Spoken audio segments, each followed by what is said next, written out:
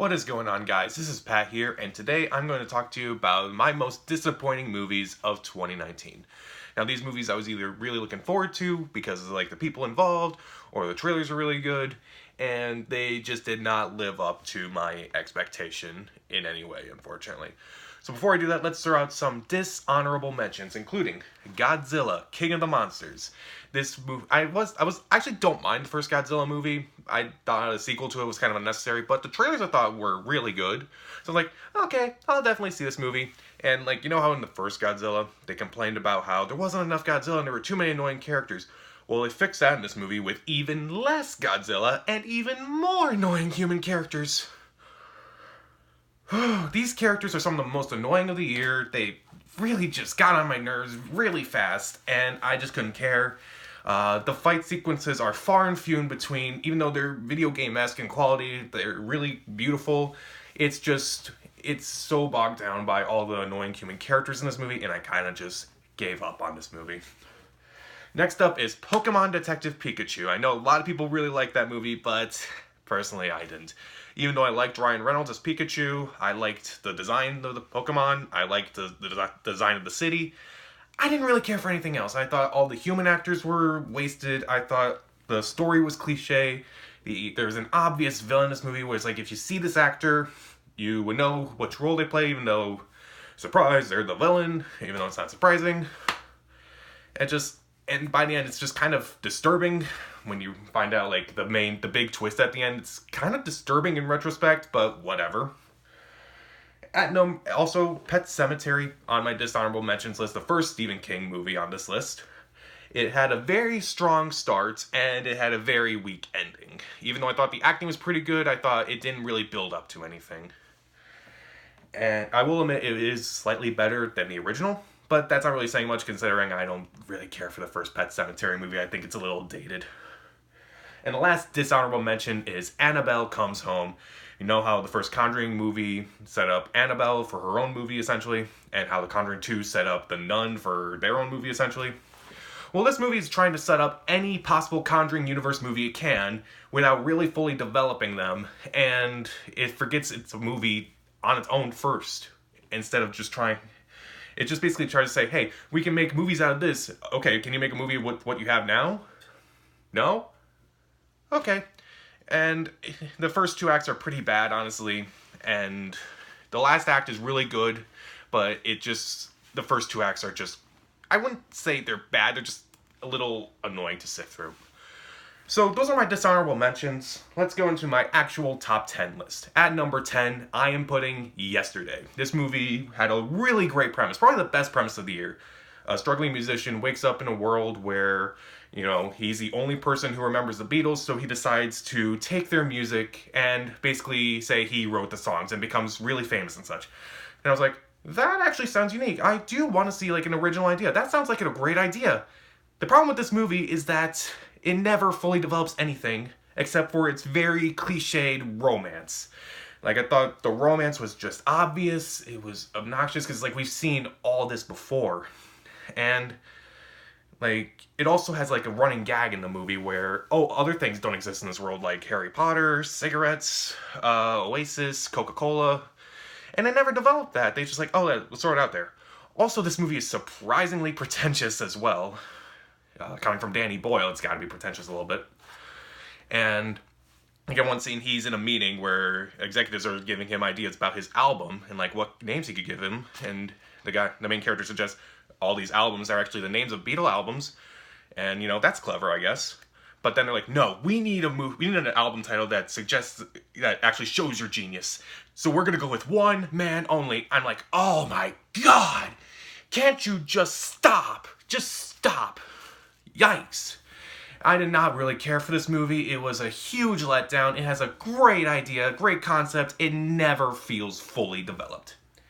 At number 9, I am putting Missing Link. Now, animation this year has not really been great. There have been good movies, but they weren't great. I didn't love Toy Story 4, didn't love Lego Movie 2, and I thought, Laika is usually very consistent with their movies, and this is probably one of their worst ones, unfortunately. Even though it's probably their most beautiful animated movie, it's also their most lazy in terms of storytelling. Like, it never feels like anything is really happening in this movie until the very end, and then it's like, okay, movie's over.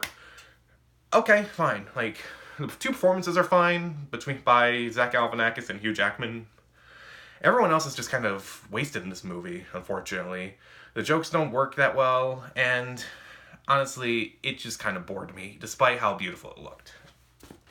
At number 8 is the second Stephen King movie on this list, It Chapter 2. Now, I loved the first It movie so much that I saw it twice in theaters. And this one, I didn't like so much. I didn't hate this movie. I actually do like it overall, but it's still disappointing overall. I will say the performances are really great overall, including from Bill Hader. Bill Hader's my spirit animal. Jessica Chastain, James McAvoy, Bill Skarsgård, Andy Bean. They're all really good in this movie. And the pacing, for the most part, is pretty good. Some of the scares are pretty good in this movie, but that's the thing. The pacing and the scares, sometimes they're not so good. Sometimes you think this is a really scary scene, but then they turn into a funny scene and then back into a scary scene again. And yeah, this movie is 2 hours and 49 minutes long, which is very long. But it's not long when you're, like, invested in the entire time. Like, Endgame is 3 hours long. I was invested in the entire time. And this movie, I was not. Like, it kind of lost me a bit when they went to the Nebel house at the beginning of the second hour. And it kind of just dragged on. And also, they emphasized the points of, like, we need to stick together. Okay, so now we're going to have everyone go on their own separate missions by themselves. Also, like, I didn't like how they handled Stanley in this movie at all. I kind of felt like it was in poor taste, and they thought it was like, we're going to mean something more with this, and it just doesn't work for me. I think it comes down to the fact that the adult actors did not have as much chemistry as the child actors. And honestly, I didn't mind the kids scenes in this movie, but I guess, like, they could have used these scenes in the first It, and this problem would have been resolved. At number 7, I'm putting Star Wars, The Rise of Skywalker. What haven't I said about this movie already? It's not a horrible movie, it's just not an amazing movie. Like, I was just kind of there, just like, cool, I guess, but wasn't really, like, blown away by anything. The acting's fine, the fight sequences are fine, but you just can kind of tell by the end, they're just kind of throwing stuff on the screen, and it does not match really well with what they initially started off with. And again, if you want to know more, just watch my Star Wars Rise of Skywalker spoiler video, so I can get more into that.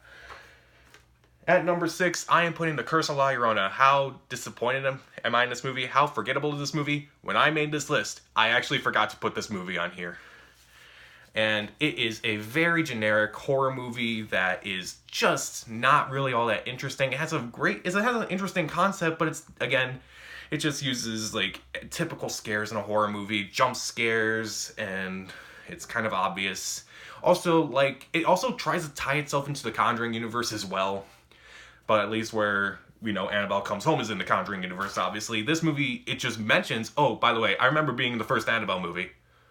Okay, bye. It's never mentioned again. So what's the point?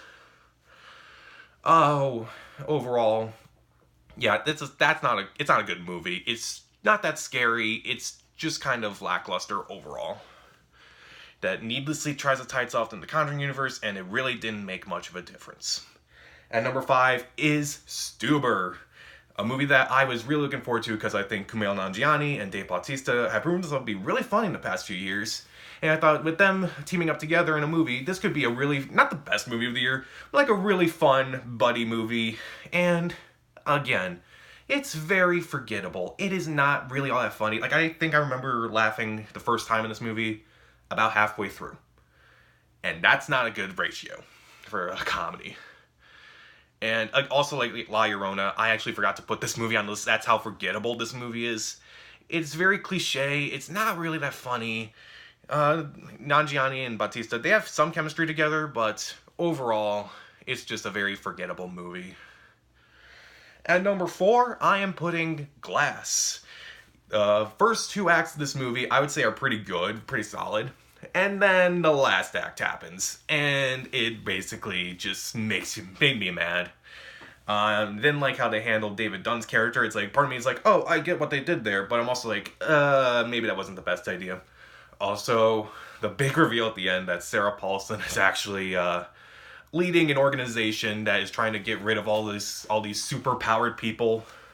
And then Samuel L. Jackson revealed, hey, I actually recorded this whole thing. We're going to put it on YouTube. And essentially they're defeated. Not really explained. And at the end, like, you know, Elijah's mom, David's son, and the girl from the from Split, they're all there, it's like waiting to see, okay, now we just have to wait for the world to change. And then it zooms out, it's like, nothing's really changed in this movie. It's like, nothing really happened in this movie. I would say the acting's really good across the board, particularly from James McAvoy. I feel bad, James McAvoy's on this list twice, surprisingly. And yeah, this was kind of a letdown because Split was pretty good. Unbreakable I actually watched right before seeing Glass, and I actually really enjoyed that movie. While it's not M. Night Shyamalan's worst movie by any means, he still made The Last Airbender, for crying out loud. It's just probably his most disappointing at the same time. At number 3, I am putting Hellboy. I actually saw the first 2 Hellboy movies before watching this one, and I really enjoyed those movies. I thought, you know, a new Hellboy sounded really interesting, especially with David Harbour cast as Hellboy. I thought, he seems like the best fit for the role. Not if you can't get Ron Perlman back, obviously. But, well, I'll touch on that. And the trailers overall, they didn't really impress me, but they didn't, like, offend me. I didn't think, oh, these are the worst trailers ever. But it's like, cool. But then I remembered it's being released in between Shazam and Avengers Endgame, so not a good sign. And I would say, you know, I don't hate this movie like everyone else hates this movie, but I also don't think it's a good movie. David Harbour is really good in this movie. Mila Jovovich as a villain, she looks like she's having a lot of fun. But all the other actors, they're not that good. They're not, like, awful or anything. They're just not really given much to do, so they don't really do much with it. Sometimes the visual effects are mixed. They're mixed overall. Like, the makeup effects are really good on Hellboy, but not really anywhere else. Some of the fight scenes are really cool. Like, they're done long takes, but then there are fight scenes that are not done as well. And overall, yeah, what was the point of making this movie when we could have had Hellboy 3 with Ron Perlman and Guillermo del Toro? What was the point? At number 2, I am putting Brightburn. This movie surprisingly has a lot of... This is already a cult-followed movie, and I'm like, I just don't get it. Like, the idea for this movie sounds really interesting, where, you know, a kid comes down to Earth, and instead of being the hero, he's actually going to be the person who destroys Earth. And I thought that was an interesting take on, like, you know, the Superman origin story. And I thought, you know, this sounds like a really cool horror movie. Let's see where they go with this. And it's a mess. I'll say it's a mess. The scares aren't that scary because it's the same scare repeated over and over again. Like, the kid and the adult are in a room, and the kid does something weird. The adult realizes, oh my god, the kid's weird. Then the adult does something to fight themselves against the kid. They come back, the kid's gone. The adult looks for the kid, and then the kid comes back, kills them or scares them, and it's repeated over and over and over again. Do you have any tricks up your sleeve? No. No, you don't. Very rarely. This movie's also surprisingly backwards. Like, at the beginning, you see him put his hand in the lawnmower, and he's like, oh, cool. He doesn't really react to it. And, like, later on, he's, like, floating, he's levitating in the air, and Elizabeth Banks comes down, you know, saves him essentially from that, and he's like, Mommy, what's happening to me? Like, oh, this is the first time you realize something's wrong with you. This is the first time. Also, like, he has a love interest in this movie. The kid has a love interest. He meets this girl in his class. He literally flies into this window, watches her as she sleeps. She's creeped out, tells him to go, and then obviously the next day, they're in gym class. She is, like, being mean to him, obviously. And, you know, he actually breaks her arm, and Elizabeth's like, no, I'm not going to punish him for that. Like, I'll touch on that next. And then later on, when he realizes, you know, I'm going to destroy the world, I'm going to make those people pay. And next thing, he goes into that girl's room again, and he's like, I'm going to destroy the world, and you're going to be my queen. And she goes, oh, okay. Like, where did that come from? Where the hell did that come from? Also, every main character in this movie is completely unlikable in pretty much every way imaginable. Like, these are probably some of the most unlikable characters in a movie, period. That is shocking to me. And, like, you know, this could have been a really interesting movie, and you just settle for weak scares, just all over the place storytelling, repeated scares, I should mention, and it's just lazy.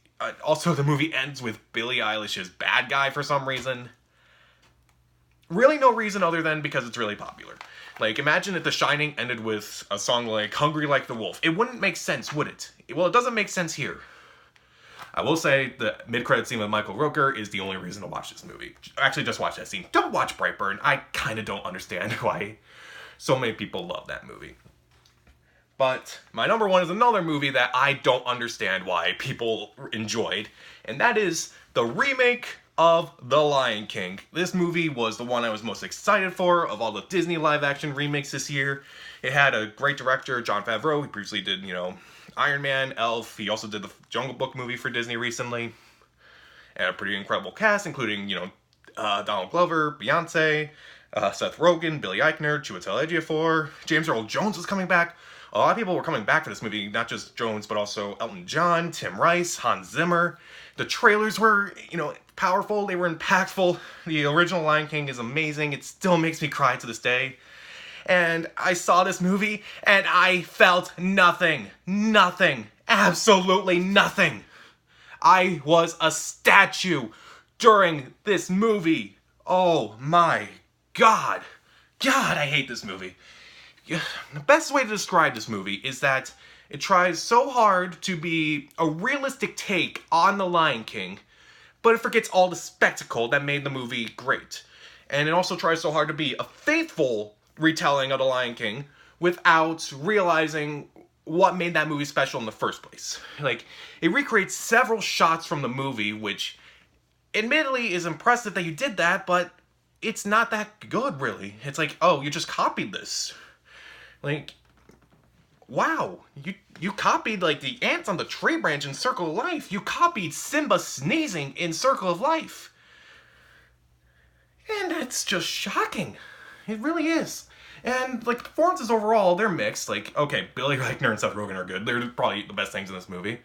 Also, like, some of the other performances are fine, but each one is like, okay, they're not as good as the original. Like, Chiwetel Ejiofor tries, but it doesn't work. Like, I don't like this version of Scar because he seems dirtier and more obvious in this movie. Also, don't really care for the hyenas as much, even though I did like how they twisted them at first.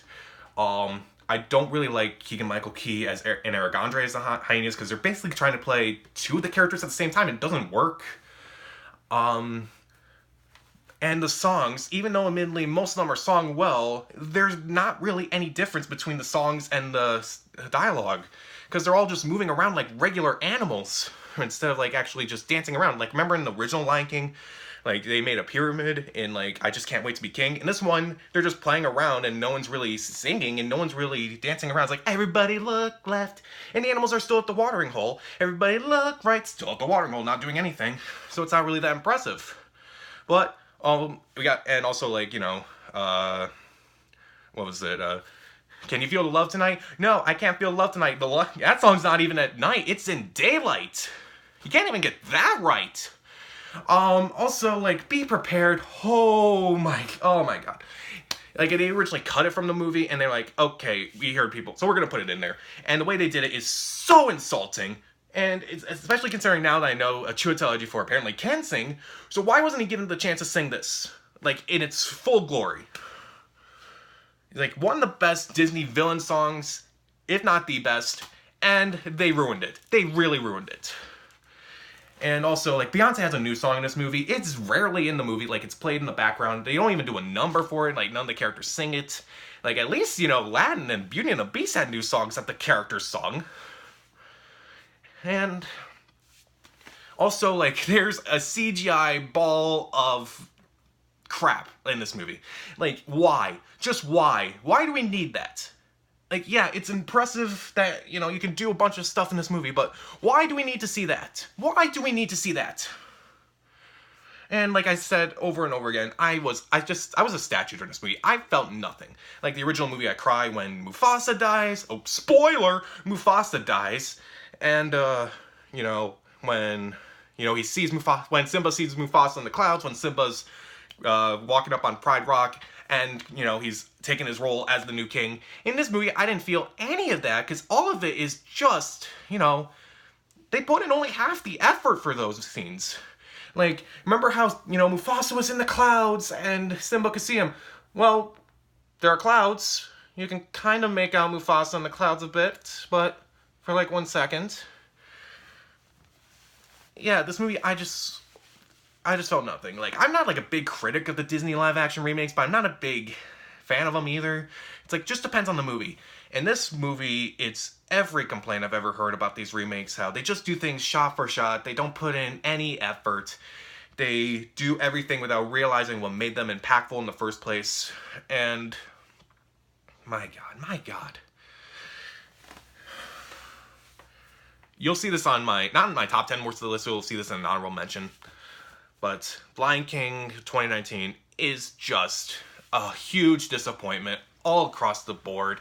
Like, hardly anything is better than the original movie. Like, 99.9% of the things done in this movie are not as good as the original movie.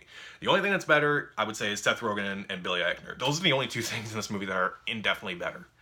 Nothing here is better. Like, absolutely nothing. So, like, I could go on and on about the Lion King remake. I might do that in another video, but oh my God. So, those are my picks for the most disappointing movies of 2019. What was the most disappointing movie to you this year? Comment down below, subscribe to the channel. This is Pat, and Happy New Year.